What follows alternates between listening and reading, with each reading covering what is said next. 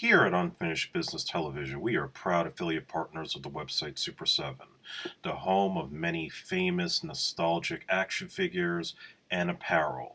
If you could support the show, it would come a long way using the promo code AJEpics whenever you purchase anything in their store, and we love all of their amazing toys. So support Super 7 and please support Unfinished Business Television.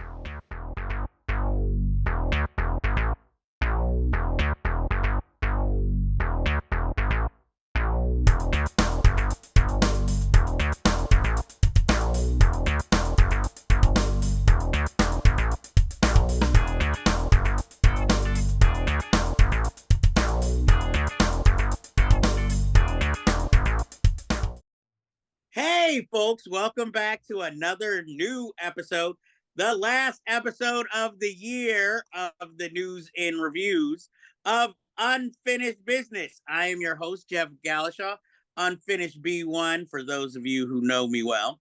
And with me, as always, is Andre Joseph of not only AJ Epics Productions, but also writer at Collider website. Happy holidays, everybody. Enjoy your coffee. Yes, happy holidays. And let's dig in. This is definitely going to be a two-parter because we haven't discussed much news in a while. So here we go. John Matheson, the cinematographer, was interviewed and he started talking about how he feels that Ridley Scott is kind of lazy these days. He's impatient and he uses way too many cameras when filming one scene and like rushing through productions. And this is somebody who's worked with Ridley Scott on 6 films over the years. And this only goes back to something I've always said. Like, I respect Ridley Scott and he's a great director, but I feel like he's suffering kind of what Quentin Tarantino is afraid of suffering from, where it's like you still have that passion for making films, but maybe the talent isn't as much there as it was before. Because honestly, I'm like probably one of the few people who liked Alien Prometheus, but truthfully for me, that was one of the last, I would say, good films that he's made. Everything else has been, they're not horrible, but when you hear Ridley Scott, you expect more from the actual films that he's made recently, House of Gucci and stuff like that. And he always tries to say it's the studios so he can release his director's cut, which are supposed to be better. But if you've noticed, he's been doing this since Blade Runner, talking about all these director's cuts that he made that are supposedly greater. He's starting to sound like Francis Ford Coppola a little. And my thing is, if you're going to make movies or your director's cut are so much better, where's the director's cut of Black Rain? Where's the director's cut of White Squall or G.I. Jane? Andre, what do you have to say about this? I don't think he's wrong. And I preface this by saying that, I mean, Ridley Scott is one of the greatest film directors out there still working today. And the fact that guys like him and George Miller and Steven Spielberg continue to do what they're doing in their 70s and pushing into their 80s is, to me, very inspiring. However, yes, there is also that fear that even I have for myself in the field, that as you get a little bit older and you're a little more spoiled with technology and money and resources, that you may not put in the same level of effort that you've put in when you started out. And when I look at Ridley and I think about the way he approached Alien, the way he approached Blade Runner, I mean, those are seminal movies that have groundbreaking special effects, amazing acting, and just, change the forefront of cinema as we know it. And then even something that's more grounded and middle of the road, like Thelma and Louise, is a great story with some solid acting performances. But nowadays, it feels like he's just collecting a paycheck, kind of going down the well a little too much with Alien. Um, at times when movies like The Counselor come along, it just seems like he's trying to, I don't know, pick up projects that were intended for his late brother Tony and trying to, like, I don't know, fulfill some need to pay respect to him. But yeah, I just have the feeling from seeing the last couple of movies he's put out, something just feels lost. And even though he is still a craftsman, it's just when you, like I said, you throw all the resources around this guy on a studio level, you don't have the same effort that you did like back when you started out. You had to struggle for that. And that's the case with Spielberg. It's the case with Robert Zemeckis, who we'll be talking about later, and very few that are still considered craftsmen who actually put in the effort at an old age. Probably George Miller might be one of the few, in my opinion, that still can make a great movie and be able to do the best of practical and CGI effects. Well, my thing when it comes to Ridley Scott, well, we all know, well, watchers of the show know I'm a great fan of his late brother, Tony Scott. And my thing with Ridley Scott is I think the problem might also be that he takes on, I know, he's older, he doesn't know how much time he has, but maybe the fact that he's taking on too many projects all at once, one after the other, because like he doesn't really have time to breathe from like, oh, I just finished Napoleon. Now let me make Gladiator 2. Now let me make this. It's like there's no time to breathe and really, I guess, more study, more have time with each production where you can think from beginning to end. And it's like you're kind of like a Woody Allen, where it's like it's getting to be like, okay, I have the holiday season of every year, mapped out of my projects, because uh now he's already talking about like making Gladiator 3, where he says he has an idea for it. And he just dropped out of making the Bee Gees biofilm, and it's sort of like, well, maybe if you took a breather, your next film will be more worthwhile, and not necessarily, like stuff like House of Gucci, which even though I don't know if he originated it, but feels like a for hire job. You know what I Yeah. mean? Even something like, yeah, the Bee Gees movie just seems completely out of place for him. He doesn't strike me as a musical guy. I would get somebody with a musical background, like a Rob Marshall, or, someone that can really do that story justice. I mean, it's such a sad, tragic story, but also uplifting because of the music that they provided to the world. But yeah, even I've started to learn myself that it could take a toll on you to go from project to project. And, there's some that you could really be hands on with. And then there's others that you just like, it's a job, and then you just pass it off to somebody else to finish it off. And that can be a problem. And I just think that um if you're an actor, I understand the need to keep working and to keep yourself out there, because it's kind of like being a pop star. If you don't put out a new album every year, somebody's going to replace your poster with somebody else. But it's different with filmmakers. Like, there are guys that take 2, 3 years to make their next film because they want to put in the work to get everything right down to the script, the casting, and the overall pre-visualization of the film. If you're just going from project to project, year after year, there is a quality decline. Yes. Well, it kind of reminds me. Remember when I guess he used to, it seemed like he'd find an actor he liked working with and just work with that star, like Russell Crowe with Gladiator, then A Good Year. And, he was making projects that made you question, like this is kind of a little beneath you. Why are you doing it? And I remember before this film, he was talking about, working like on future projects with Paul Mescal. And again, I haven't seen Gladiator 2, but a lot of the reviews, one of the biggest things they're saying is that Paul Mescal is miscast in the film. Whereas, Denzel Washington steals the show because once again, Denzel Washington will not even try a new accent. It's like, no, you get New York, Brooklyn born Denzel Washington in ancient Roman times. Next story. Legendary, at least to us and fans of 80s cinema, John McTiernan, director of Die Hard, is retiring from directing.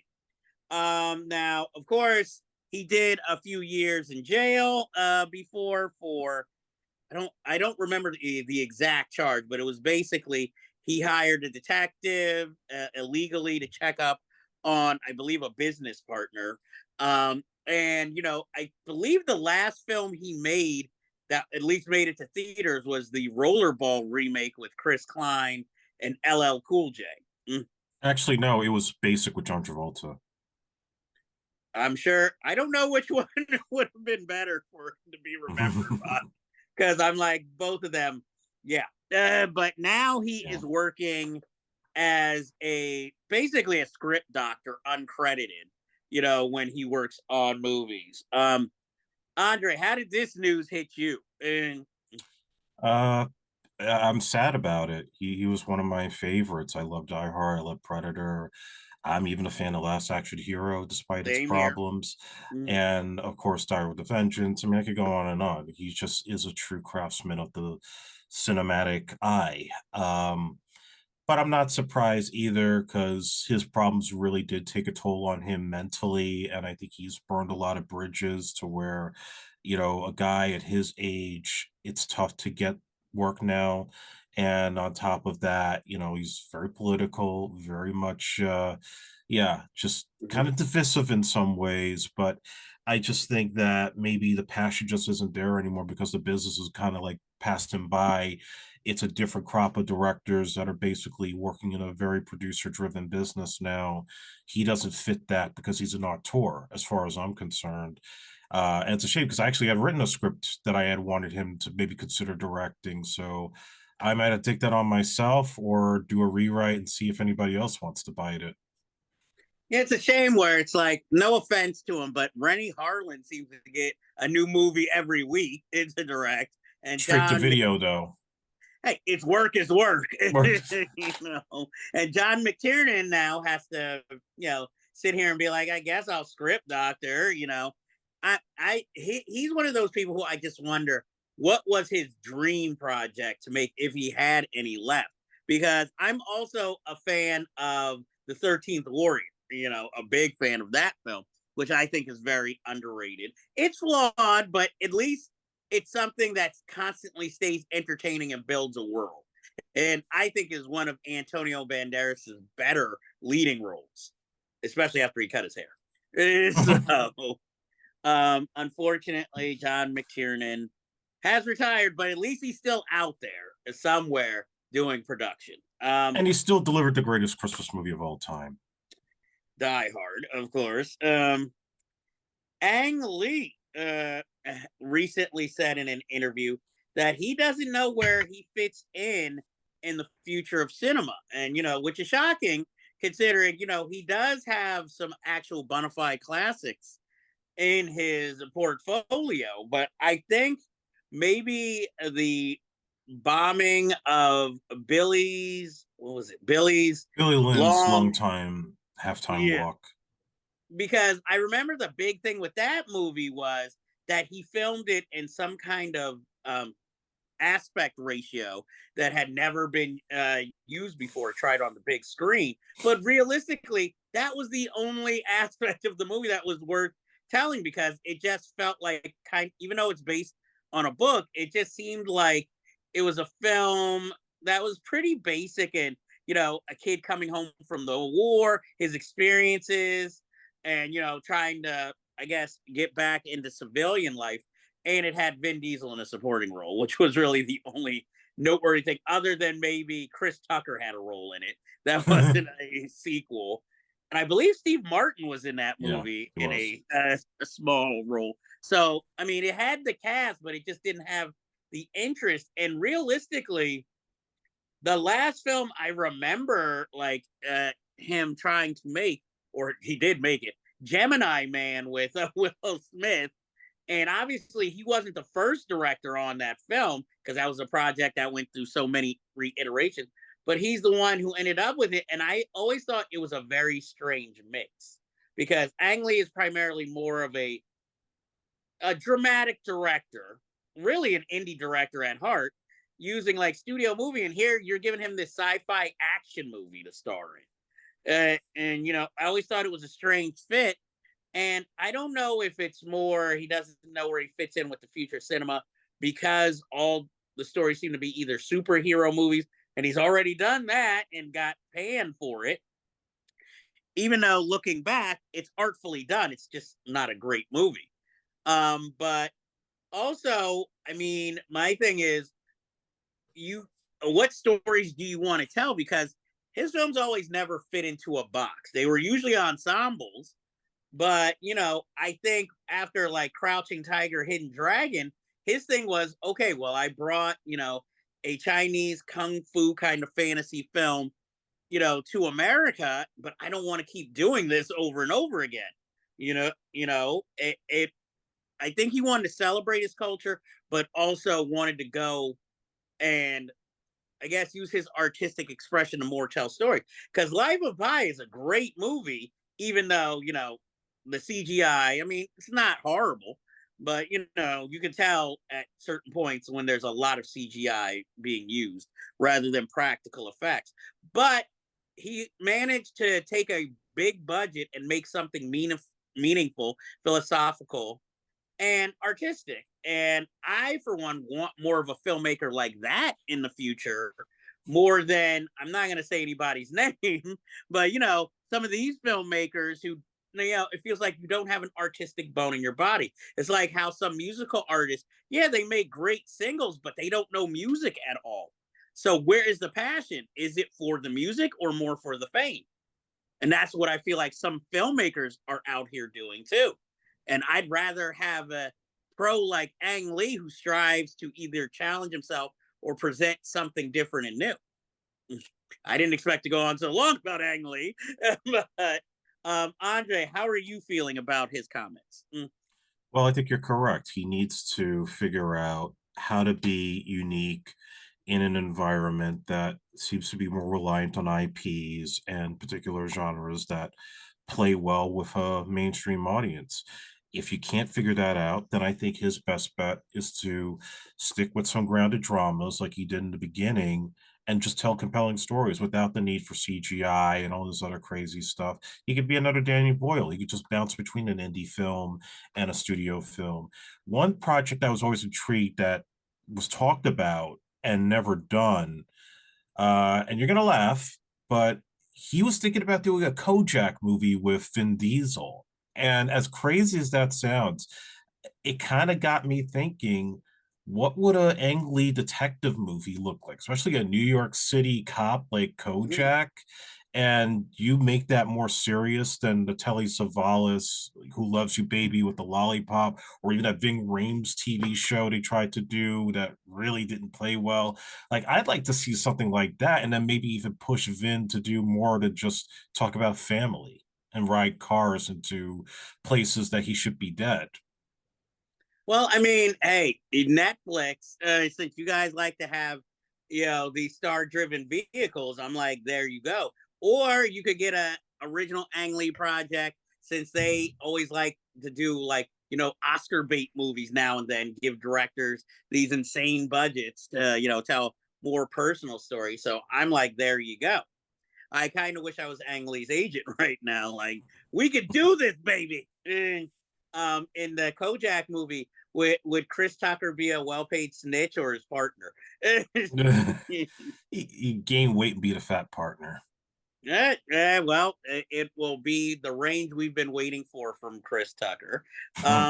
And speaking of which, since we're going down the list of directors who aren't the same, Robert Zemeckis was recently interviewed where he was talking about where he believes that most of the films that made him famous, like Who Framed Roger Rabbit, Forrest Gump, wouldn't be made today in today's climate. And I am a little taken aback with that. I think you could get away with the films, but I think they'd be put under a more microscopic lens than they were at the time or ever. Because obviously there's problems with Back to the Future, but it's such a beloved film. Nobody today is going to really be like, but hey, what about this? What about that? Whereas today, when the film would have came out, some of the critics would have been like, hey, what about this? Or why wasn't it like this? You know, but I don't know. I also feel like it comes across as a little, hey, old man, get off my lawn, kids, with his comments because his latest film, bombed hard with Tom Hanks and Robin Wright and it's supposed to be the reunion of them from Forrest Gump. But I'm like, yeah, it's a reunion of them in an experimental movie of, where the camera basically stays in one position the whole film in this living room, but we get to see like the house being built, and over the years, aging, all the dinner parties, I'm sure all the intimate moments also. But it's like, while that sounds interesting, that is not what an audience is, especially now paying how much whatever in your town a movie ticket is, going out for a night of entertainment. You don't necessarily want to see that experimental film with Tom Hanks, because one thing you don't think of when you hear Tom Hanks is experimental, you Right. know? And I don't know what the budget for that film was, but I'm sure it wasn't cheap. And it's no longer the 90s and 2000s where all you needed was a name or a prestigious, behind the scenes director, and the audiences would just come. It's sort of like, I don't know if this is a good analogy. It's sort of like dating today, It's like you used to be good enough because nobody wanted to keep going out there. But in this day and age, there's so many to choose from that you need more than just star power to kind of hook an audience, which is why we have so much IP, because people are thinking, hey, everybody loved it the first time, so why not make a movie version of it and then make 5 sequels to it? How? What do you think about Robert Zemeckis and his comments, Andre? I'll try to separate between the two movies you mentioned. So Roger Rabbit, I saw that in the theaters as a kid with my parents, and I saw it in Brooklyn. I don't remember which theater. It might be what is now Nighthawk. I could be wrong on that. Okay. And from what I could tell you from my experience at that time, the raunchy humor of it went over my head because I was like 5 or 6, and so I wasn't thinking about like the innuendos, the sexual stuff. I was just amazed that there were cartoon characters coming to life next to live action actors, and seeing the Looney Tunes and the Disney cartoons coming together in what was like really the first real universe building I've ever seen on film, and Mm-hmm. just being wowed by that I would watch that movie over and over on tape. But this Disney definitely would not make that movie today, not just because of Jessica Rabbit, but because of those innuendos, and because they would want to diversify the shit out of it and try to make it very politically correct, and it just wouldn't have the same impact. Like, I'm still shocked they made the Chippendale Rescue Rangers movie with as many of those cameos in there, but it was still sanitized, obviously to please us who grew up with the cartoon, but then also have to appeal to this generation of kids that obviously if you do anything that's raunchy, it's going to be, parents are going to have a shit fit. As Forrest Gump is concerned, I think, it probably could be made, but here's the thing. I think, and this is the problem, like when they were trying to do a sequel at one point, we live in too cynical of a time to do something that is supposed to be very optimistic about American culture. And on top of that, if you were to try to do that movie today, the stuff with Robin Wright would have to be so sanitized now. You cannot have the hero go with a girl that's fucking around, does drugs, and gets AIDS at the end. I mean, that's just like, no, that's gonna cause a lot of protesting to go down. I'm still shocked the movie even won all these Oscars and snubbed Pulp Fiction. That still mind boggles me, but politics in Hollywood, that's a whole other thing. But yeah, those movies wouldn't be made today. Neither would Back to the Future in the way that it was done. That's probably why he even mentioned he was okay with the idea of remaking it in the musical direction, and they don't even want that. And I can tell you, there's a lot of reasons they don't want that version, besides causing another uproar with people that don't want a remake. Period. But yeah, it's like anything else. There's a lot of movies we grew up with that would not get past the Oh yeah. smell test with these executives and in this environment. And again, I don't want to get into politics or where things could be headed, but I think we just got to get back to the middle ground with all this, in all honesty. Well, I mean, I think it would be made because Donald Trump would admire that he was named after a Ku Klux Klan member. But aside from that, A very I, stupid man who succeeds. who does that sound like? I'm surprised that's not his favorite film. But anyway, It's a few well, favorite films of a certain political party. well, my thing is, but except Forrest actually served his time. Uh, but and I mean, it villainizes. Well, it makes a what most of us would see as a villain. It romanticized her. So that's another. Look, we could go on and on. Maybe one day we'll do a deep dive on Forrest Gump. But um, I can see where he's coming from. You know, again, it's the old man yelling at kids to get off of his lawn because he's a certain age. He's not going. He's not probably getting his projects made that he wants to. At least not the live action ones, because he keeps wanting to go back and do animated films with dead-eyed characters that are successful, but not necessarily everyone wants to see. Because I remember getting excited, when Flight came out, because I'm like, Robert Zemeckis is finally doing live action again. And that was, a great film and showed what he can do with the right material. But then it was followed by like Man on Wire, which we had already seen, as a documentary, but he wanted to put his special effects prowess on it. And then now this movie here. So, I just that's, wish he made his Three Bears movie with Phil Collins, Danny DeVito, and Bob Hoskins. That would have been a banger. I think that's a future piece for you. Because I'm like, I want to know, especially if they're going to be in suits, I think they were. how this was going to play out. And You've what seen the Country Bears, so you know where that was going. it would have been like that. And Probably. I mean, this was like what, 1986, 1987 when they were talking about this? I think it might have worked because they would have been, because again, like I was saying, you have three stars of such stature in a movie together, and it's a family film, so pretty much most ages could go see it. So I don't know. And Zemeckis is a good director, so maybe he can make something like that watchable and honorable versus whoever directed the Country Bears movie in the Or he could have 2000s. made like Harry and the Hendersons. Yes, it could have been.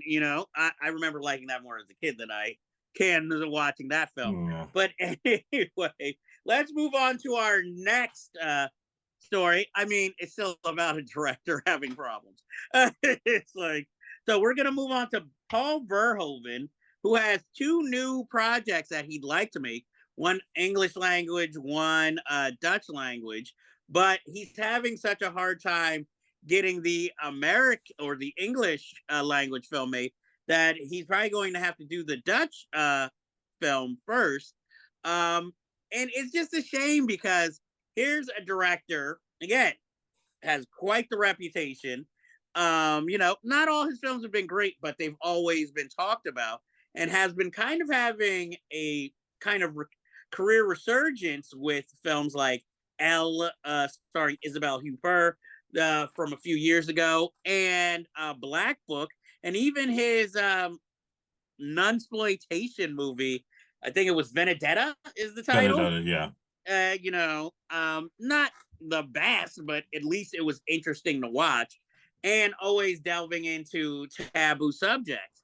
And again, you would think as a more of a European director, he'd have an easier time getting projects made. Especially considering he's a legend and has gone from like big and proves he can do big budget action films, sci-fi films, and even like little personal film and horror films. And it's just, again, I guess it's the whole thing, like the older you get, no matter your reputation, unless your name is Martin Scorsese, it seems like or Steven Spielberg, you're gonna have a very hard time getting financing. I would say before he passes on, because he's up there in age, I'd like to see him do at least one more American movie. And I'm not saying it should be another RoboCop. I feel like that ship has long sailed. I would like to see him finally do his Crusades movie, the one that he intended for Schwarzenegger.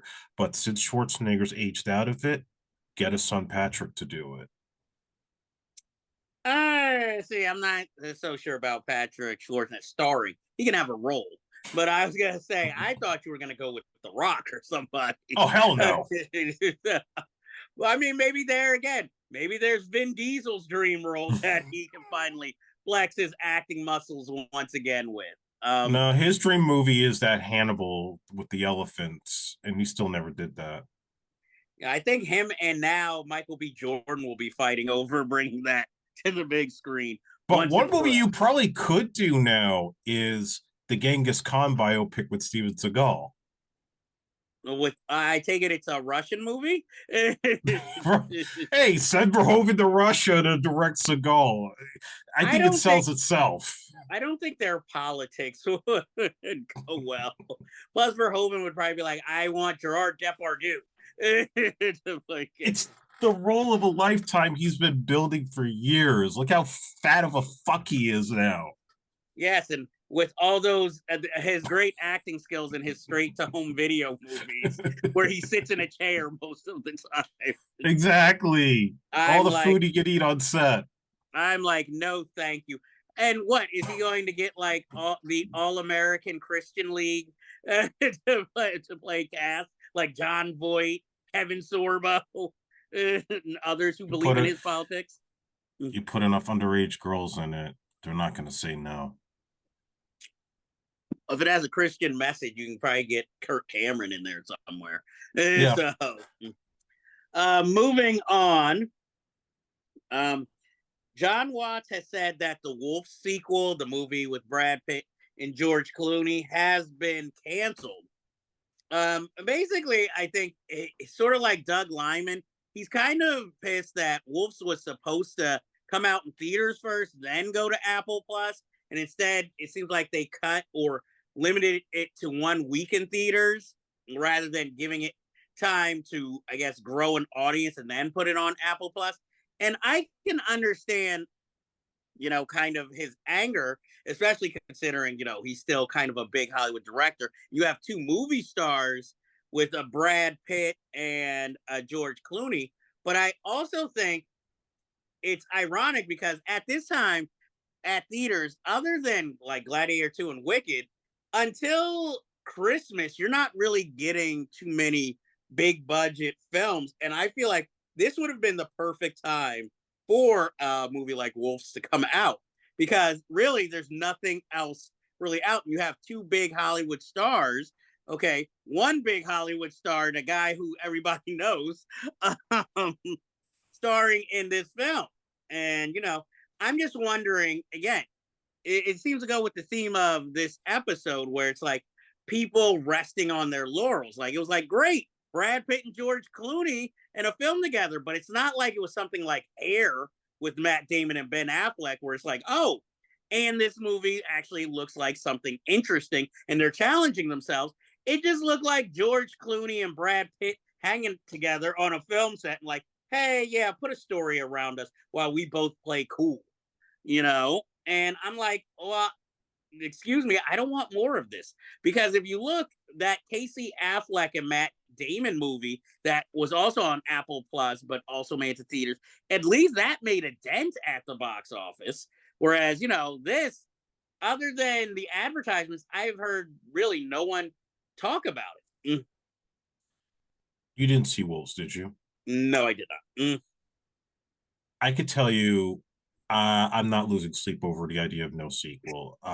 It's one of those movies that the best way I could put it, like Ocean's 11, it's just a star showcase. There's really no substance to it. There's nothing interesting about it, and just seems like let's just throw a bunch of money at two big stars with a script that's kind of half-assed, and we will sell it on our streaming platform. But it's not good enough to be a big blockbuster. So yeah, it's a misfire as far as I'm concerned. No reason to cry over spilled milk.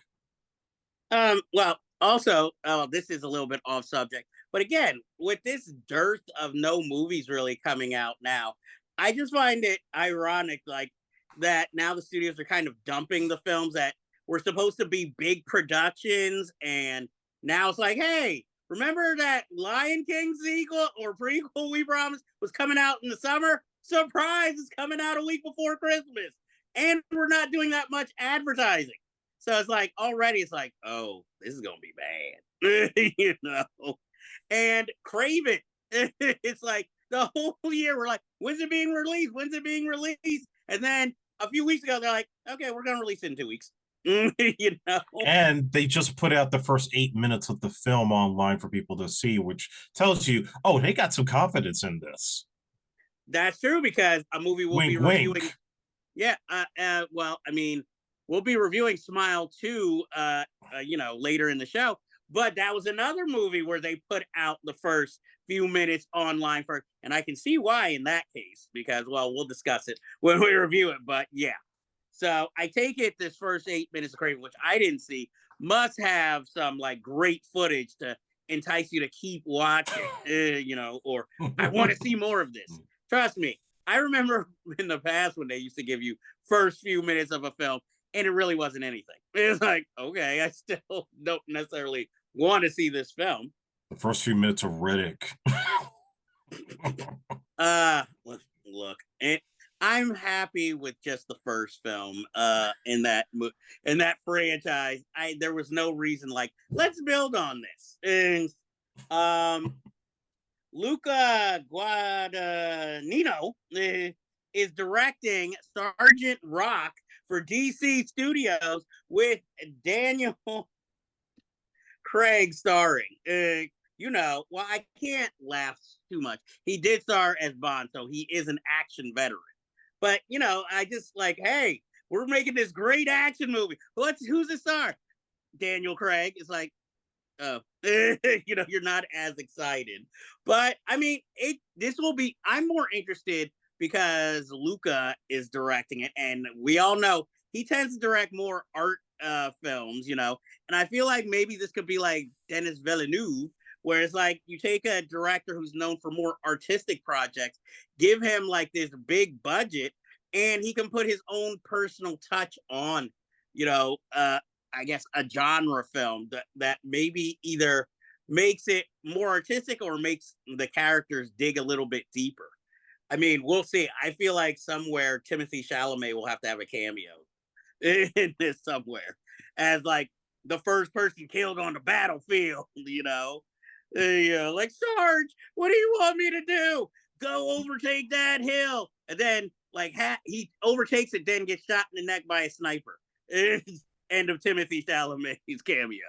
And so, how are you feeling? Because again, you are a comic book, fiend. So, and of course, there's the great unmade Sergeant Rock that Quentin Tarantino wanted to make, and then there's the one that Arnold Schwarzenegger wanted to star in too. Yeah, this is one that's been up in the air for so many years, going back to the 1980s. And I'd actually written a piece at my old job, CBR, about Sergeant Rock, and one of the writers attached to, I think, the Schwarzenegger version had actually contacted me on LinkedIn, and he sent me his draft of what he had written, and it was pretty Mm-hmm. compelling. I kind of wish that version had gotten made, but obviously, it wasn't meant to be. There was even a one that Robert Downey Jr. was attached to for a time. That didn't happen.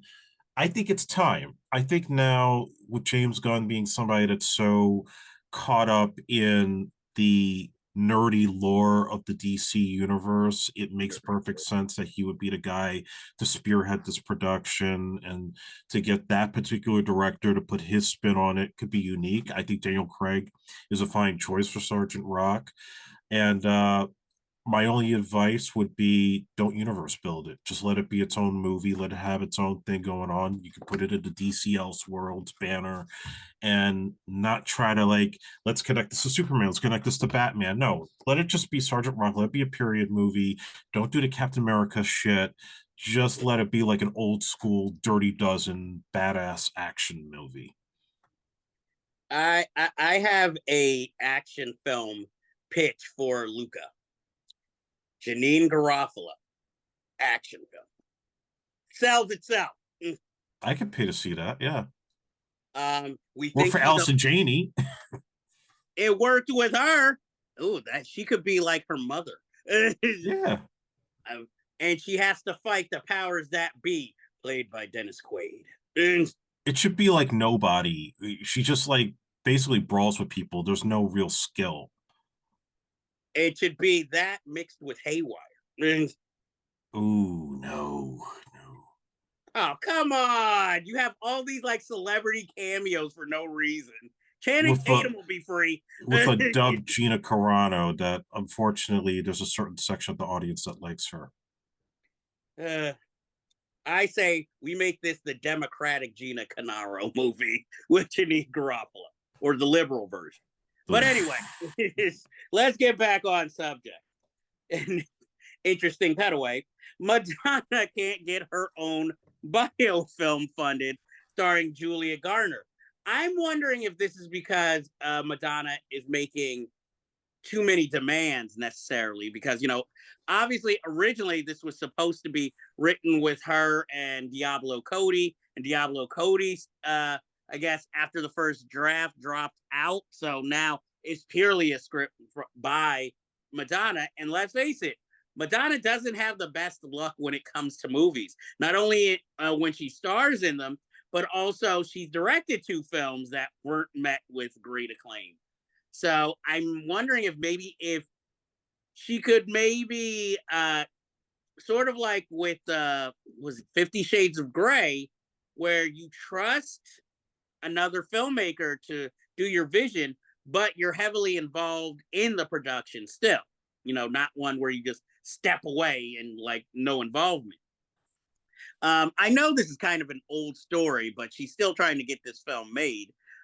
What do you think of the whole situation? Mm.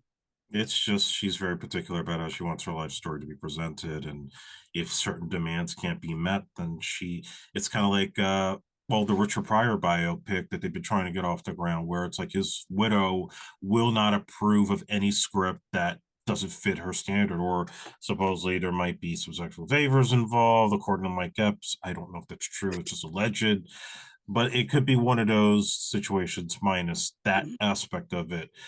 I just make the suggestion that I think Julia Garner's kind of a boring actress. I don't see the Damn. hype. I can't see her as Madonna, even though like she might have like curly blonde hair and she's white, but yeah, I don't see it. I would suggest our good friend James Foley come in and direct this film and get our friend Kitty Pirelli to play Madonna. And I think you would have a very raw and gritty depiction of her life, unfiltered, and it might even please the pop star herself, the material girl. Well, James Foley was an early collaborator with her, though their last film was "Who's That Girl," which for me has its moments, but still, it's maybe as long as Madonna. Anyway, that's a Yeah. conversation for another day. Andre's favorite news of the week: Wild Hogs 2 has finally been greenlit. So John Travolta, Martin Lawrence, William H. Macy, and Tim Allen from that show Andre sat in the audience for will be all returning. I'm sure if they spend the money, they can get Marissa Tomei to come back. Um, I don't know. I really hope this makes it to the big screen, but this screams Disney Plus project. Um, Look, the first film, it was exactly what I expected. It's a film for dads, you know. But now I feel like they took so long to make it. It feels like this is now a film for grandfathers. You know, like if they can get Clint Eastwood in a cameo, this movie would be perfect. You know, so Andre, since this is exciting news for you, what do you have to say about this? They waited 20 years to make a sequel to a movie that was so badly panned, but it made a lot of money. And now you've got a slightly out of shape Martin Lawrence that everybody thinks had a stroke. You have a bald John Travolta. You have William H. Macy just smoking too much dope, and a very hard right Tim Allen who's still pissed he got left out of Lightyear as the voice of his own character. I mean, who's screaming for this shit? If they waited that long to make a sequel to that, it should give me hope for a third Three Men and a Baby while we still have Selleck, Danson, and Gutenberg. Like they were talking about that for Disney Plus and having the girl be getting married soon. So why not do three three old white Caucasian men and their daughter marrying a black dude? Hey, you forgot to mention Nancy Travis. Yeah, she's still working. She ran over me with her car in Hollywood. I'm like, I look, Wild. I think I understand what Disney is doing. They're going to their playbook. They need something fast, cheap that was a hit in the past. Because of all the money they've spent on legacy sequels and Star Wars. So they need something, a quick cash cow. So I can understand why they've made this decision. Hey, I'm Maybe a happy. sequel to Heavyweights. What, heavier weights? know, or that now they're all grown up and going through running their own fat camp and seeing the financial difficulties of the new That still will millennium. come back. He gets his revenge. Well, I mean, Ben Stiller just starred in his first movie in 7 years, so why not? He can bring back his characters and their work, and now he can bring all his buddies. Hey, Owen Wilson over there. Hey, Vince Vaughn, why are you here? Why not? Hey, why is Mel Gibson in this movie? Because I think he comes with Vince Vaughn no matter what. I got a whole list of Disney movies they could go back to.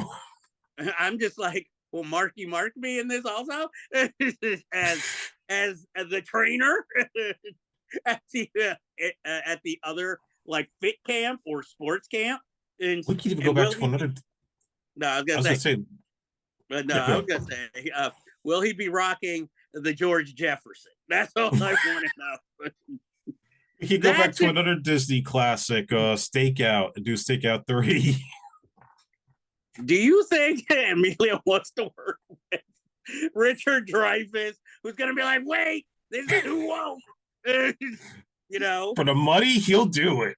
Yeah, but will Madeline Stowe want to come back? Oh, hell no. She'd probably be dead. I'd be like, if they could find a role for Brian Benben, I think he'd come back. As the villain, like Miguel Ferrer, too. I say, since you gave that Mission Impossible idea of bringing Emilio back as a villain, I say for Stakeout 3, Rosie O'Donnell is the villain. Oh, shit. He's gone turncoat. He's exposing all of the Stakeout people. I'm like, see, this writes itself. Stakeout 3, the last Stakeout. And if we can dig her up wherever she is, Linda Fiorentina as the femme fatale. And yes, please come on the show too. I feel like her and Aiden Quinn should have did a movie together. It's like a detective story. And I'm surprised they didn't. They were both, kind of popular at the same time too. And I mean, Linda Fiorentina's worked with C. Thomas Howell, so Aiden Quinn's a step up, definitely. And she did survive working with David Caruso. So, Our next story, Denzel Washington finally admits what we all knew in the 90s, that he took a certain number of movies strictly for the paychecks, and even he knew they weren't that great. And of course, the first one that came to mind was Virtuosity, because that is the only movie where he tries, but you can tell he doesn't really care. His son actually convinced him to do that, John David Washington. Another reason for me to be very critical of Mr. Washington. Anyway, well, I mean, The Siege, I can see why he did. That's with his director, Ed Zwick, who writes about the experience of that and glory in his excellent book that I suggest and recommend for all of you to read. The Bone Collector. That was definitely a paycheck job. I mean, the only aspect of it is that him and Angelina Jolie have good chemistry. That's the only good part of that. But other than that, it's a typical serial killer cop, cat and mouse movie. Still better than Copycat. The Preacher's Wife, yes. I think that was just black solidarity. Even though it's made by Penny Marshall. But hey, a lot of people like that movie, okay? But it was obvious Denzel Washington was very hungry on the set because he's noticeably heavy in that film. I feel like a Gossip Girl. Like, oh, look at how fat Denzel's gotten as I eat my fifth donut and popcorn at Alamo. And Fallen, that that's very commercial, but it has its good qualities too. Yeah, It's, that could go either way. the Pelican Brief, not the greatest movie, but come on, you knew that was going to be a hit movie just Oh for yeah. him, Julia Roberts, and then them taking out the kiss between them. I feel like if it was made now, there definitely would have been a love scene that was rumored to Oh, have been totally. done. Yeah, they would And have stuck to the book. yeah, and I also feel like it would have been the only time Denzel showed emotion in that movie. You know, because watching the Pelican Brief is like watching Jamie Foxx's performance in Miami Vice. It's like, is there any emotion in this at all? You know, you're playing a human being, right? So, our next story, Christopher Nolan's next movie is coming. It feels like a Robert Altman movie with all the stars that are attached to be in it. You have Matt Damon, Zendaya, Charlize Theron. Since Zendaya's in it, Tom Holland. You have Anne Hathaway and Lupita Nyong'o. It's like, damn, that is a cast. And even though Zendaya's role is supposed to be a cameo type role, I guess like I'm thinking, is it like Pete Postlewaite in Inception type of cameo, or are we talking more like Marion Cotillard in Inception, where it's like small role, very integral to the plot? And is this helicopter movie still? This We like still Blue don't know what this is. I'd Thunder? like it to be like a Blue Thunder type of movie if he's really going that route, but nobody knows right now.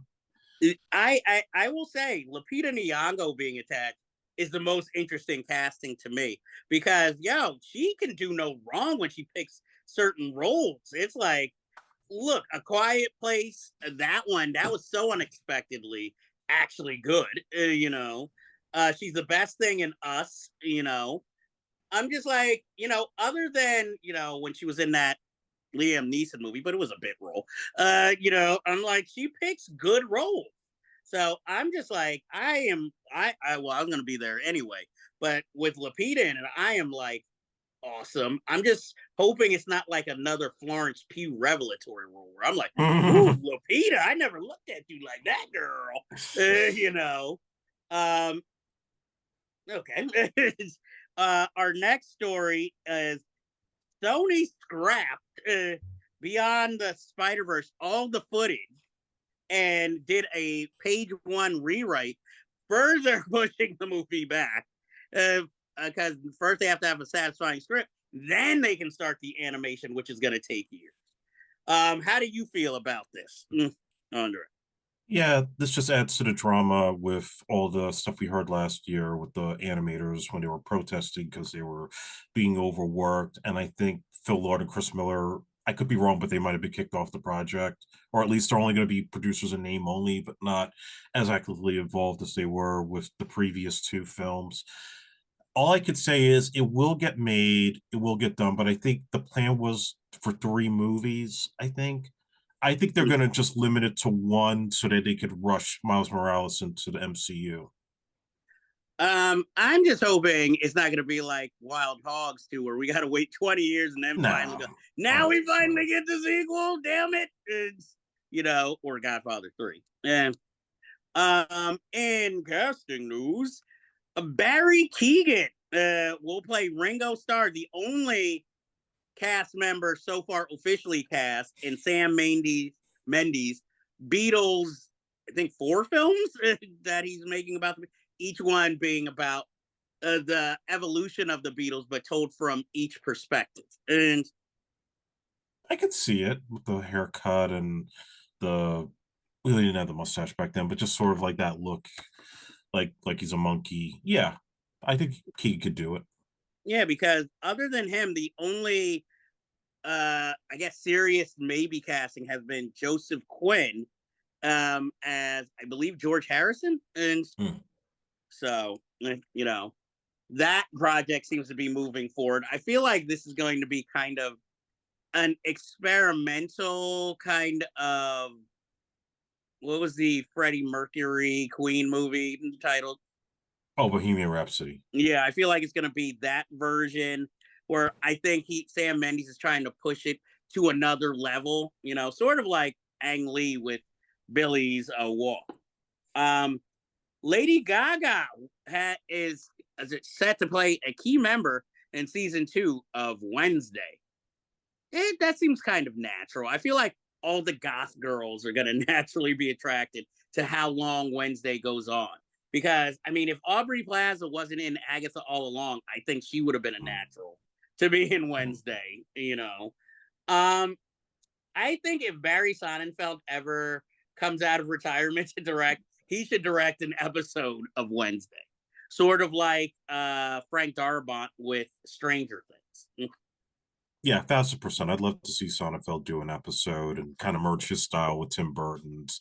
And I'm pretty sure Lady Gaga is going to be like the main villain. I can't see any other character of importance in the Addams Family lore that she will be playing. True. And I actually like Lady Gaga as an actress. Mind you, I did not see Joker 2, so she hasn't done any acting that has offended me. And I actually watched her season of American Horror Story and was quite impressed. And so I'm looking forward to this, especially considering Tim Burton says if it wasn't for Wednesday, that's what attracted him back to directing in the first place, was making that project. So that will be interesting. Nicolas Cage, our favorite, he should be the show mascot at this point, is going to star as John Madden in a David O. Russell project. I'm kind of interested. Two madmen working together, challenging, because David O. Russell seems to always, when in doubt, always make a kind of a bio film, because he did that with Jennifer Lawrence and that Magic Mop movie. So I'm interested here. And for Nicolas Cage, this kind of sounds next to Spider Noir, like him going back into kind of mainstream projects instead of his more strange detours.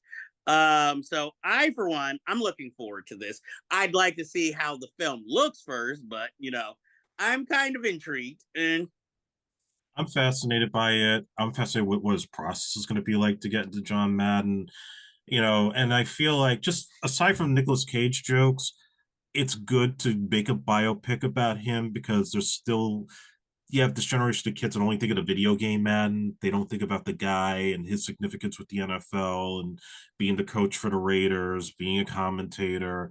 Like his influence goes beyond just the video games that have his name on it. And so if David O. Russell could do it justice like he did with The Fighter, I think it could be a fine movie, and I'm not going to say I'm going to be like a Nicolas Cage comeback or anything. I think it'll just be like maybe one of it could either go really amazing and he shocks people, or it's going to be a complete disaster.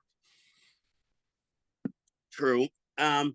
Who is the infamous football player, who played Matthew McConaughey's father in Failure to Launch? He's done a few acting roles. I never saw that movie. Oh, God. He's a balding guy, kind of older. I think he was a quarterback. Terry Bradshaw. Yes, he needs to be in more movies. He's a likable screen presence. Yeah, he's always been likable. I know that was a little off base. And since we were talking about Mufasa earlier, Barry Jenkins has said that motion capturing is not his thing, nor working with digital tools in filmmaking. And this movie, the studio didn't like what he usually likes to do is do long takes and like let the camera revolve around the scene and characters to like kind of set the tone and set a certain ambiance for the film. And then Disney sends him notes like, you're making the movie a little slow, which sometimes makes me wonder, do the powers that be really watch the filmmakers they hire work? So to know what they kind of more known for in their style, or do they just be like, is it just another name on a list that just happens to have some acclaim with it? And well, yeah, it's goes to show you about Disney. It's just a factory. They don't really have the craftsmanship of understanding how good movies get made as long as they keep making money and they get it by a release date. That's why you have the problems with Marvel and Star Wars and some of their other properties. I think that Barry Jenkins probably feels like, okay, I dip my hand or dip my toes into this world. I'm not crazy about it, so I'm going to step off and just go back to doing like Beale Street Could Talk and some of his other classics. But it also seems like that doesn't bode well for the movie itself. If you're going to come out and make comments like that, like, oh yeah, I did this, but no, yeah, I'm not feeling it anymore. Usually you say this after the movie's long since been released and you can really express your opinion. But to do it before it comes out, that's suspicious. Be like, that's the Ziegler effect, I guess, these days. Mm-mm. Um, Willy Wonka 2 is in the works, or Wonka 2. This will be interesting because it doesn't have anything to base itself off of, unlike Wonka. Um, and Paul King is in talks to return, so at least I know it's in good hands. Because look, hey, Paddington 2 is better than Paddington, so maybe the second one will be better than the first film, and maybe it will be as racist as Andre thought Wonka was. It's going to be so much worse. He's going to get drafted to Vietnam. Either that or somehow he's going to end up in Latin America. And so it'll be like Paddington in Peru. So now it'll, like you said, Wonka in Vietnam. Wonka in Iran Contra. Yes, because all that they need to bring the sides together is the right chocolate bar. So, um, Mike Myers says that Austin Powers 4 is happening. And my comment is, as long as it's like Scream, where the third one was horrible, but fourth one was decent, I'm for it. Even though I feel like now Austin Powers might be a little played out, but I mean, what else does he have? So Yeah, no, don't. I'm just like, and I saw the last two in the theater, but I could definitely tell you by Gold Member, I felt like we're just beating on the same joke way too much, and you start to kind of lose the magic, and even the Gold Member character was kind of overdoing it. I just think that act worked well in the 90s for a particular generation of moviegoers. We've seen a lot of comedies now not do well when they wait 20, 30 years after the last movie. So, that on top of the fact that Mike Myers hasn't really done anything of great significance as a star in the last several decades, I don't think it's going to play. I don't think people, it may get some, the diehards very curious, but I don't think it's going to win over this new audience. well, I'd rather Mike Myers be working on something original now Yeah. rather than, even though the last time was the Love Guru, but make something like a So I Married an Axe Murderer, like, for Netflix or whatever streaming channel will pay for it. And then I'd be more willing to watch the project because I feel like Austin Powers 4 will just be Return of the Same and a bunch of celebrity cameos again. Or basically, Mike Myers hosts SNL, with the same character. That's what I feel like. So I'm like, I'm not hating that he's doing this, but I'd be like, come on, move on, bro. Yeah, it's too long. Yeah. So next, Pirates of the Caribbean reboot. They're still trying to decide which direction it's going, but now it is no longer like Johnny Depp is persona non grata. Now they actually want Jack Sparrow to be in the reboot. And They probably realized that without Jack Sparrow, who's going to want to pay to see this movie? I know the last one didn't do so great, but he really is the icon that sells this thing. And I think it's also not just so much about Johnny on the comeback trail, but I think it's more about Jerry Bruckheimer as well. Because you think about the last couple of years, he got Top Gun Maverick off the ground, and it was a huge blockbuster. He got the last two Bad Boys made when we weren't even going to get a Bad Boys 3. They paid off. We got the new Beverly Hills Cop. That looked like that was never going to happen. And then finally, Netflix was able to do it and it got good reviews. So maybe they're starting to see a trend line and they're like, okay, if this is the way they're going, and we know Bruckheimer wants to keep Johnny. He would rather do the movie with him than to start over with a new cast, whether it's Margot Robbie or Ida Arbari. I mean, fine actresses, but they should be doing their own shit. Like I said before, they should be doing their own projects and not piggybacking on an established IP. So if you are able to do it with Johnny, make it the last hurrah for Jack Sparrow. And then you could probably move on from it naturally and go in a different direction. But otherwise, yeah, I think this is the way you got to go. And they want to play it safe, one script with him, one without him. But we saw that what happened with that Independence Day sequel where they tried that same method and they went the other way without Will Smith. We know how that turned out. Well, you saw it in theaters, so you did. I got a free ticket for that. Hey, I don't care, free ticket. I would have been like, F you. If Jesse ushers in it, I'm probably not Uh-huh. going. That's why I saw PTSD every time I see him in a movie. um, we also have the producers wanting Viggo Mortensen to return to Lord of the Rings, The Hunt for Gollum. When this film already feels like an unnecessary sequel, and of course you're gonna beg the star who kind of made, the first three films so popular, even though Viggo Mortensen hasn't really played in too many things other than David Cronenberg roles since then. Um, I'm like, this goes under the no shit Sherlock, title. I don't watch any of these Lord of the Rings. I watched the first three, the three films, obviously, but I don't watch the spin-offs. I didn't watch The Hobbit. I'm not against J.R.R. Tolkien, but I'm not going into deep. This is not going to be my Star Wars, So that's why it's like, okay, that'll be interesting. I still probably will not see this movie in theaters. And what are your thoughts? And I think the whole thing ended after The Hobbit. I don't know why they keep bothering to be beating on the dead horse beyond the J.R. Tolkien books, with between Rings of Power and this, and whatever other spin-offs they're planning. It's just stop it already. There's nothing more to say of Lord of the Rings. And what appealed to everybody when Peter Jackson was able to pull it off and it was so successful, after that, nobody gives a shit.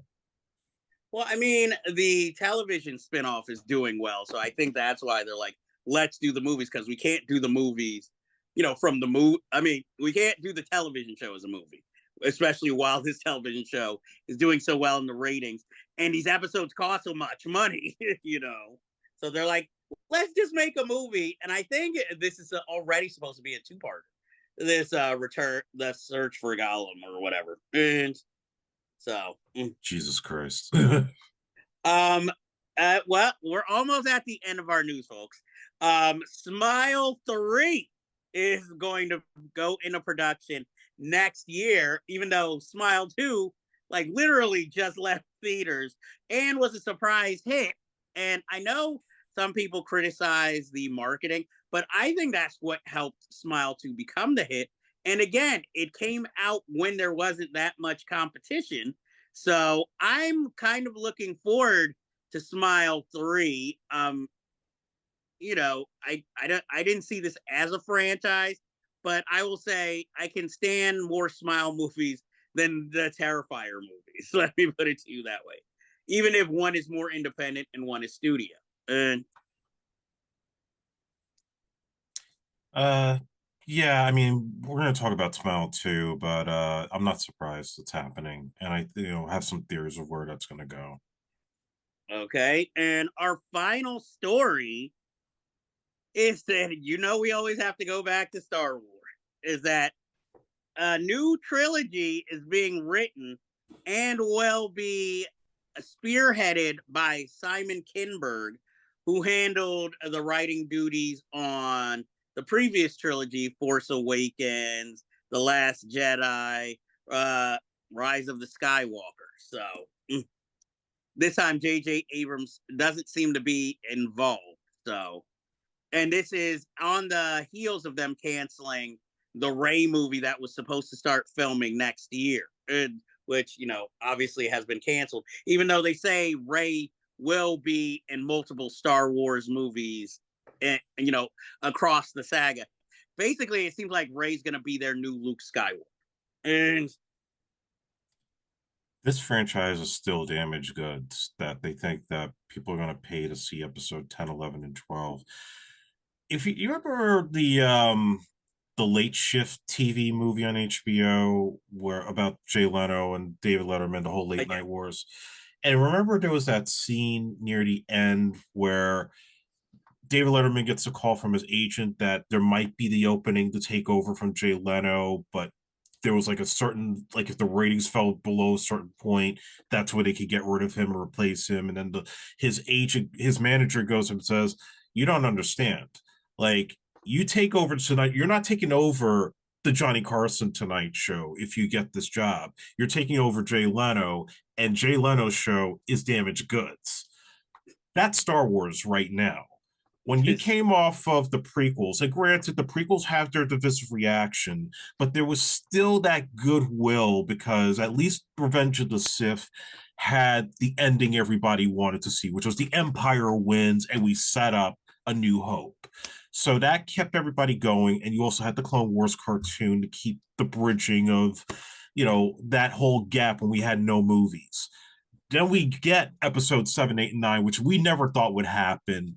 And they had no plan, but people were into it in the beginning. They were excited. And then the quality dropped off with each installment because now it was too many movies. Now you got the shows and clearly no plan for where they wanted to go. And you end up with Rise of Skywalker, where they were trying to half-ass everything, and you end up with at the end, oh, she's now Rey Skywalker. She has no identity to anybody else, so we're just going to hand her the name because she's our hero. So now you expect people are going to rush out to see a crop of new movies to continue off of that last piece of shit that basically lost money compared to the previous films that came before it. Now, listen, at the end of the day, Disney's going to market the hell out of it. They're going to do their Vanity Fair covers. They're going to do their Force Friday, sell a bunch of merchandise, get everybody hyped up. They'll probably have trailers. They're going to have all this mystery about who's who, what's what, this new character, that new character, who's coming back. They're going to do the exact same marketing plan as The Force Awakens. But this time, people are not going to fall for it that easily because you've already been so mandated with so much Star Wars now that people are not going to be as excited for whatever is to come because they're not into Ray like that. There are fans, but not enough to sustain this thing. And it's just devalued. You go into these Ollie stores, we were talking about this yesterday, the toys are just piling up all over the place. They're easy to buy and they're cheap to get. So, as far as I'm concerned, there could I know Skeleton Crew seems to be getting some good reviews. Some people are saying nice things about it, but I'm like, guys, this is done. The generation is moving on. They want something else. And that's like every other IP we just talked about. It's time for new shit. It's time for new things to trend with this generation instead of continue to keep going down the well of the same old stuff that we grew up with that they continue to run to the ground. I agree. I couldn't say it better myself. So that ends our news portion. But before we go on to more stuff, I want to dedicate the show to some people whose birthday passed. I don't know when this is exactly going to air, but not ex Cinephiles, but former Cinephiles cast members Michael Foltz and Eric Cohen recently had birthdays. So like to dedicate that this episode to them. My friend, I blanking on his name. Adam Brea has a birthday coming up, so I'd like to dedicate this show to him. And also, last night or whenever you see this, me and Andre went to see friend of the show Brittany Carney's excellent stand-up variety show at Ars Nova called Showgasm. So I'd like to dedicate the show to her. And I personally would like to also dedicate this show to all of you viewers who have sat here, watched faithfully us talk about this show, and all the family and friends who support us. And I want to dedicate it to the fans and wishing you and your families happy holidays. And we'll keep making as much content as we can. And, as always, be nice if you guys commented and made suggestions. We always look forward to that and to how we can improve, or stories and or movies you want us to talk about, And subscribe. as always. But enjoy for the most part as much as you can. Spread the word. And also Laura Catalina, who is a friend from overseas, who I had the pleasure of meeting for the first time in person. I'd like to dedicate this show. You are wonderful. You fans are wonderful. And we go from the highlights of that to the rest in peace section of our show that unfortunately we must get to. Three big names unfortunately passed away recently. Two we should have talked about last show, but they had just happened, and one more recent. First, Quincy Jones passed away. Musician, record producer. As soon as you say his name, his picture should come in mind.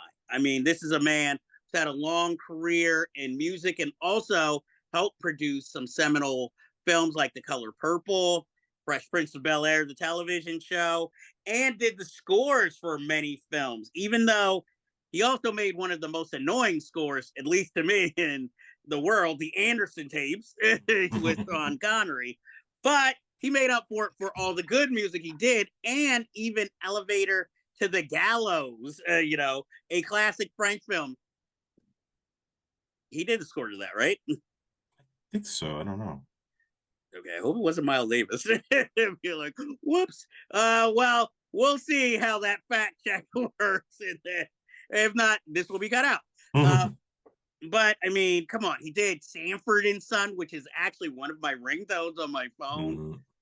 He did he did the music for The Wiz, and he also produced that. I mean, Come Back Charleston Blue, the sequel to Cotton Comes to Harlem. Which is very hard to find, by the way. I mean, we just got the documentary a few years ago about him, and he since he was up there in age when he gave interviews, obviously he didn't give a crap, and a lot of stories that we can't fact check, but he spilled the tea. Let's just say that. But I mean, he's also the beholder of many great moments I remember on award shows, like when I think at the end of, I think it was the Grammys, where everybody came out and sung on stage, and Prince came out but wouldn't sing, and he was sucking on a lollipop, and then Prince took it out of his mouth and offered it to Quincy, and Quincy looked like he was about to put it in his mouth but didn't. And then 20 years later, we had Trump, unfortunately, try to recreate that with a fellatio joke with Mike. So that shows how unoriginal he is. But anyway, I understand some of you like Donald Trump. More power to you. Unfortunately, not the biggest fan. Trying to think all my Quincy Jones memories. The Secret Garden, that was my jam. Oh yeah, I love that song. So I'm like, even though Barry White sounds like he's just like came into the room and didn't know what was going on, but still a great song. He's just a powerhouse of music and movies, entertainment in general, and he's just gonna be missed. I just wonder, did he have a hand when in the movie Ray having Lorenz Tate play him, since Lorenz Tate's like the heartthrob, and I'm just like, so let me get this straight. Jamie Foxx playing Ray Charles, and then y'all get short Prince Lorenz Tate to play Quincy Jones. Was that casting or suggested? And so, Quincy Jones, great man. One of those people I wish I could have met, before he passed. Father of Rashida and Kadada. And used to be married to Peggy Lipton of the Mod Squad. Shoot, I remember when he was supposedly trying to romance Vendela, the supermodel. He was also married to Natasha Kinski. Exactly. I'm surprised he didn't fund more experimental films during that relationship. What are your memories of Quincy Jones? And I got so many, but I'll just try to narrow it as much as I can. So, the first time I ever heard his name was the documentary, Listen Up, The Lives of Quincy Jones, which came out in 1990. It coincided with the Back on the Block album. And I knew nothing about this guy. I only just remember seeing like the TV spots and the trailers and like, who's this Quincy Jones? And over the years, I would learn exactly who he is from watching all these documentaries, specifically anything to do with Michael Jackson and his involvement with Off the Wall, Thriller, and Bad. Being a huge Michael Jackson fan and seeing the influence he had behind the scenes in helping to take that young singer to Jackson 5 and making him into the king of pop, down to the musicians he put around him, like Rod Temperton and Greg Gaines and Steve Lukather and Toto, like everybody that played a part in shaping the sound of Michael Jackson, all because of Quincy Jones and who he put around him and elevating his musical stature. Beyond that, I mean, yes, there's the soundtracks he did, like In the Heat of the Night, the theme song by Ray Charles, and of course all the other scores he did, like what was it, Dollars with Warren Beatty, The uh, Hot Rock.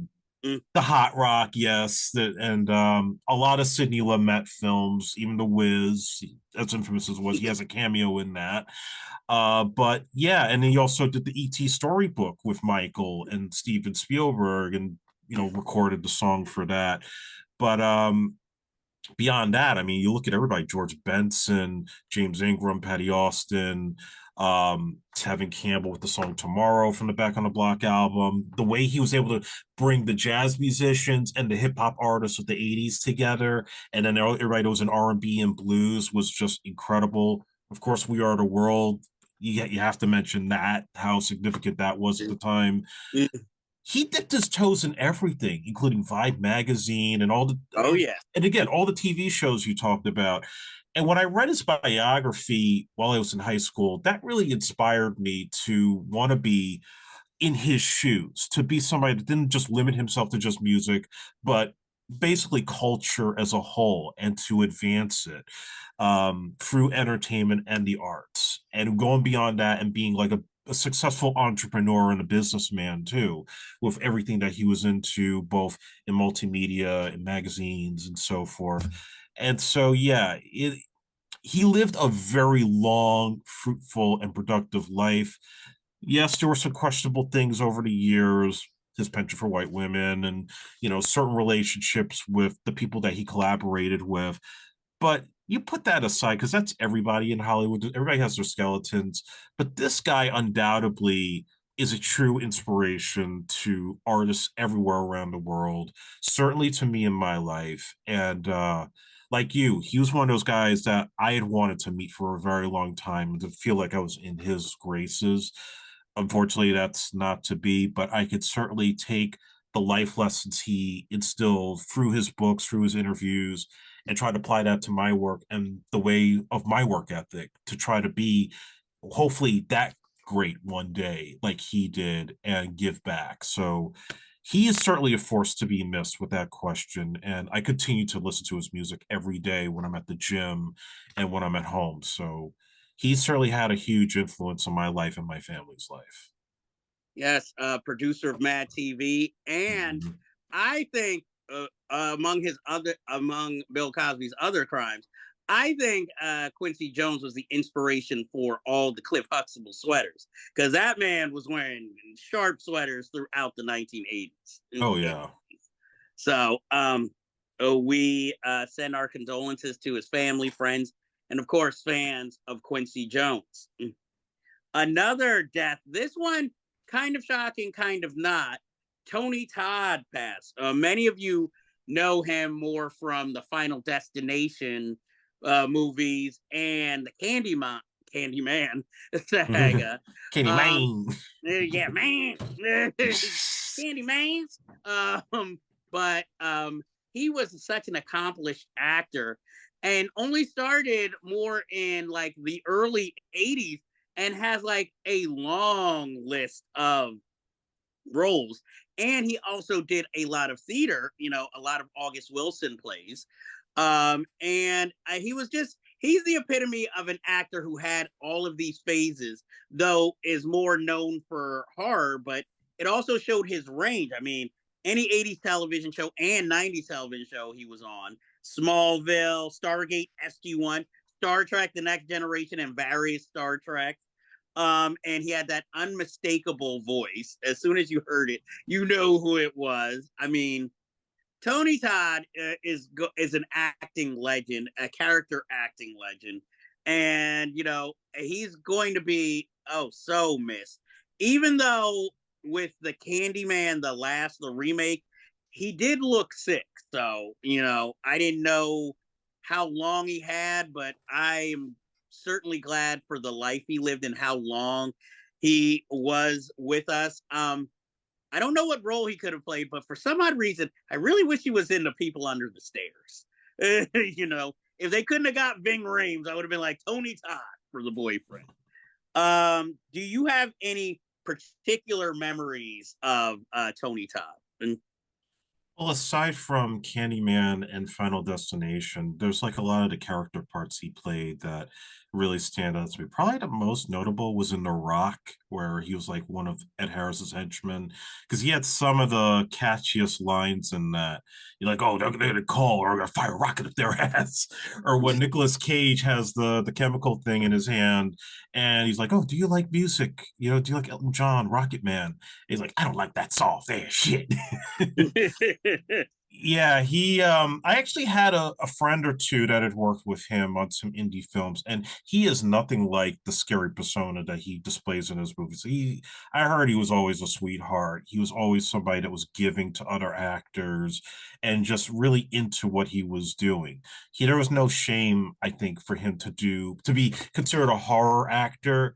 He just did his job like anybody else, gave it his all, and certainly made an impact in anything that he did, no matter how big or small. Even like the very small part he had in Colors as one of the community members, like flipping his shit at the community organizer, is still something that, like, when I put that on, I find myself getting so amused, even though it's not supposed to be a funny scene, but he just makes it like his own in that moment. So again, another great icon of acting and horror that we are going to miss big time. yes, well, I always have to note this. He also guest starred on 21 Jump Street, Yeah. one of my favorite shows. And do that many people remember that he was the bodyguard or the right hand man of the villain in The Crow, which has been Mm-hmm. playing a lot recently. I personally remember him playing the assassin in this affair action movie called Butter that was Mm-hmm. on HBO, and I think it starred Shamar Moore and Nia Long.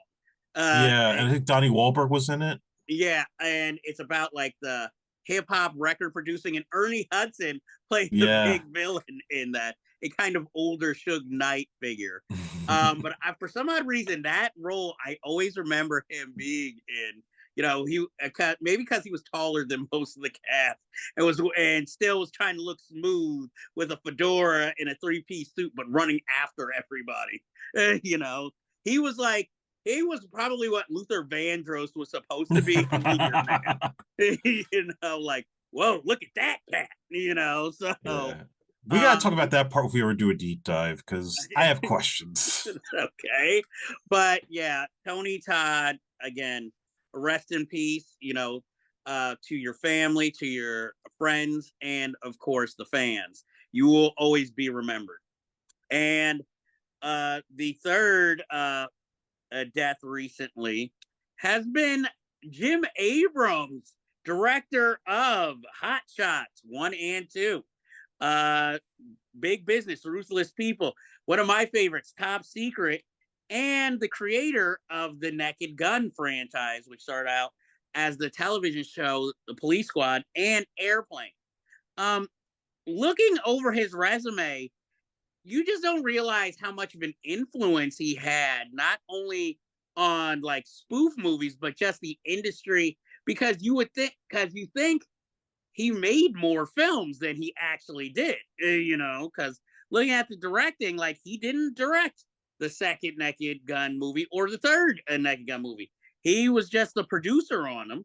And of course, Kentucky Fried Movie, one of my favorites, even though way dated. And he's actually a producer on John Waters' movie Crybaby. you know.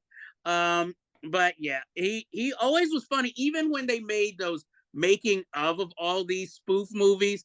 Even those were hilarious. He was, just such a creator, and he still got it because he was the writer or one of the writers of Scary Movie 4, which was one of the better Scary Movie sequels after 1 and 2. So, he will be missed. And again, he didn't just make spoofs, he did Big Business, a guilty pleasure for me as a Bette Midler fan.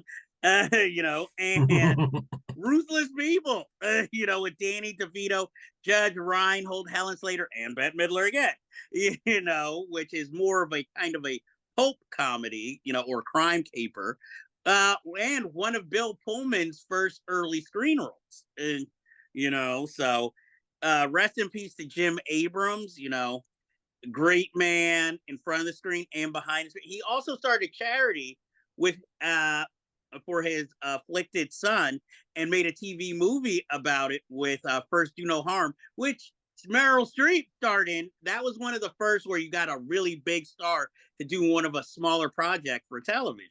So the man was an innovator. What are your memories of Jim Abrams, Andre? Basically everything you said. Airplane, Ruthless People, the Hot Shots sequel and the sequel. Um, I basically lump him with the Zucker brothers as far as all those spoof movies from that period. And anytime that they came out, especially the Hot Shots movies, they were like an event because you never knew what they were going to poke fun at. And they were fun. They all were. And I mean, there's really not much else I could say. I mean, we had David Wall on. He talked about Jim Abrams, and he did talk about his son and the cameo he had in the second Hot Shots. So nothing bad to really say about him other than like he and the Zuckers were such innovators with this level of comedy. You don't see that anymore. You see spoof movies and they're just done in the instant and they're not good. They just suck. So and unfortunately, the last movie he did was Mafia, which was terrible. But I think that was one of the ones that probably came way too late in the game.